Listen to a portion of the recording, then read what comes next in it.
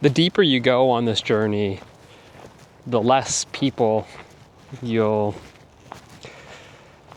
be surrounded by. The crowds live on the surface, but as you explore deeper and deeper, you'll see that you leave those crowds behind. It gets quieter. You become stiller. That silence, that stillness is found in your depth.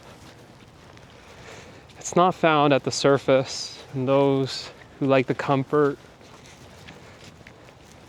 that's found on the surface are afraid to leave that comfort and go deeper.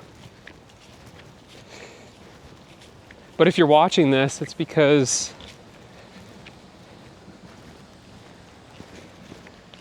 you feel something calling you deeper. And to continue exploring the depths of yourself, you have to let go of that comfort that's found in the crowds. You have to embrace the stillness, the silence of what you are.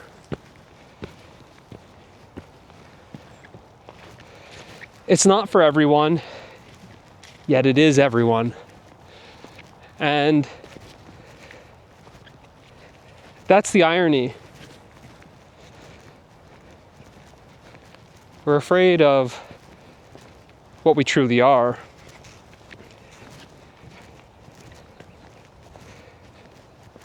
This pattern can actually be seen in basically every area of life.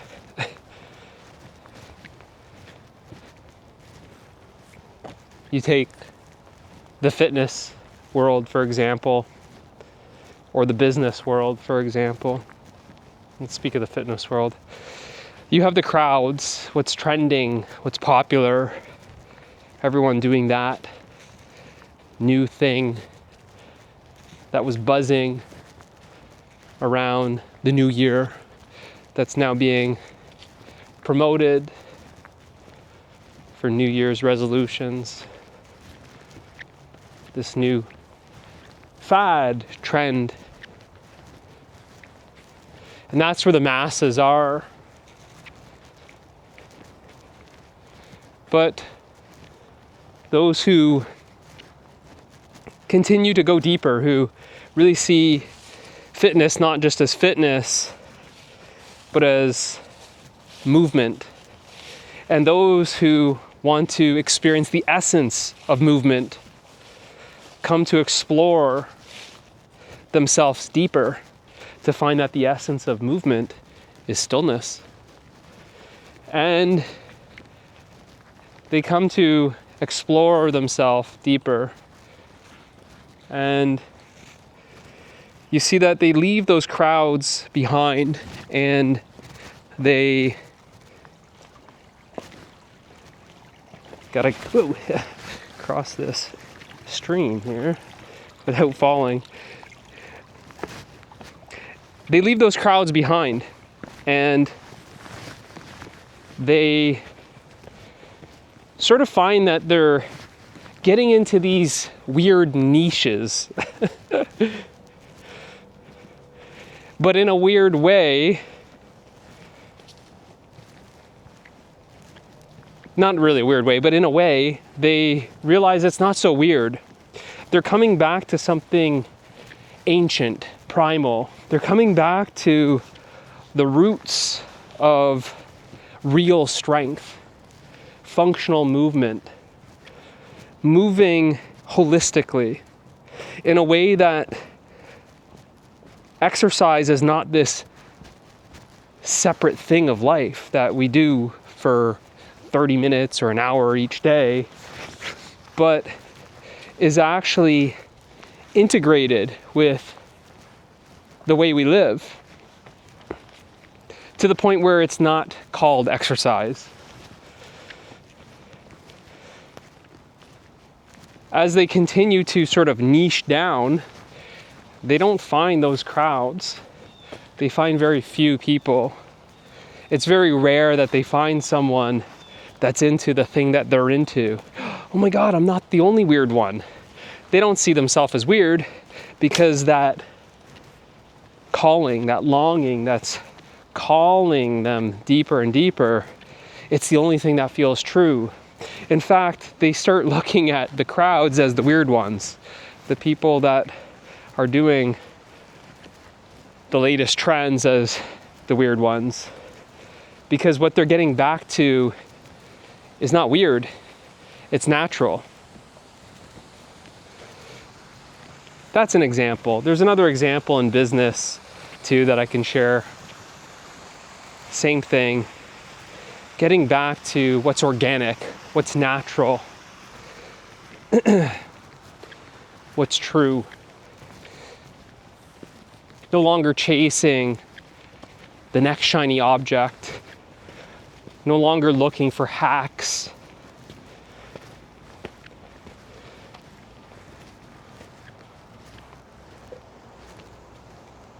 The deeper that one goes, the more the business becomes refined.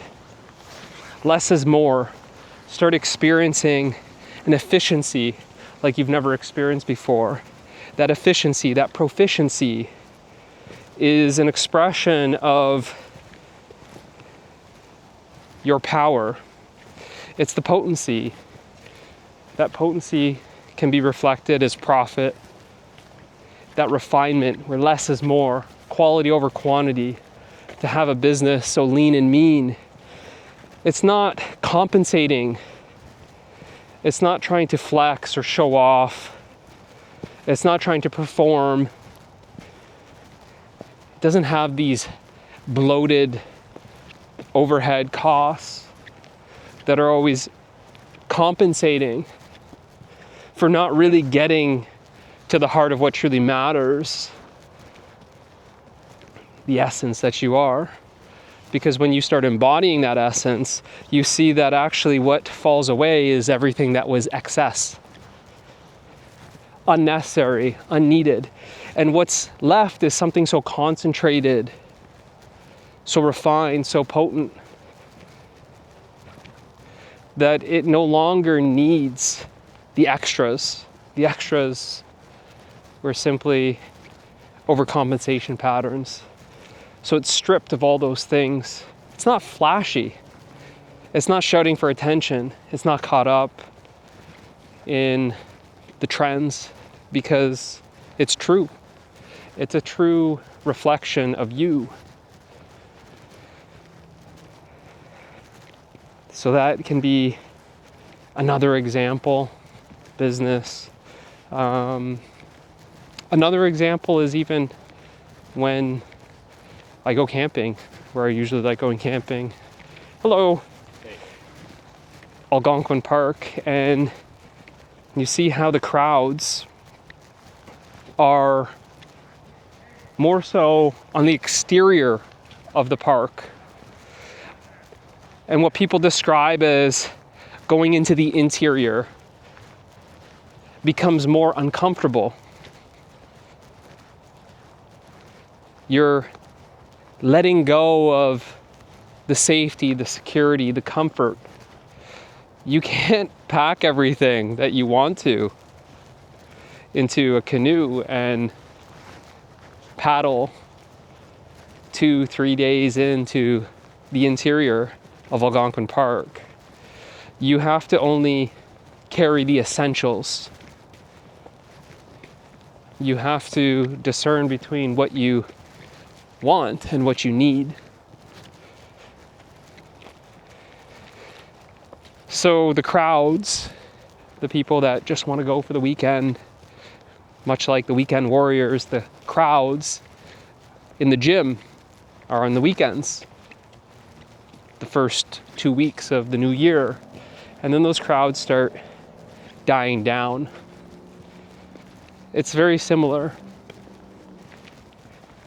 Where I go camping, peak season,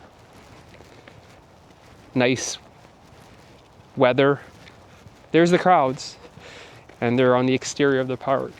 But the further you paddle in,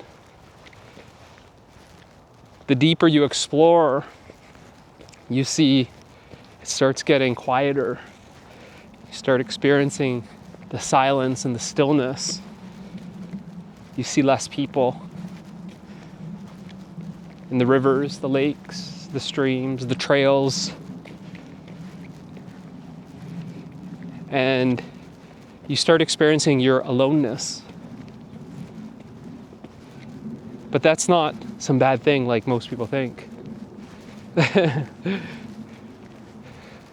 Loneliness is the absence of others, but aloneness is the presence of yourself. You start experiencing the presence that you are. This retreat from the crowds is, in a way, an immersion into the depth of your heart. You're not escaping the crowds, but you're letting go of what they represent, the conditioning. And you're immersing yourself in that which is unconditional, what you truly are in essence.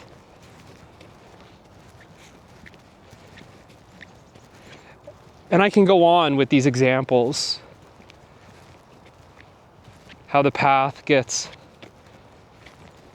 quieter, more still, less people, more alone time, the deeper you go. It's not something to fear, because the greatest rewards are found in the depth of your heart. The greatest secrets of life are found in the depth of your heart. And it's really the adventure of a lifetime. It's so fulfilling. I wouldn't trade it for the world. No amount of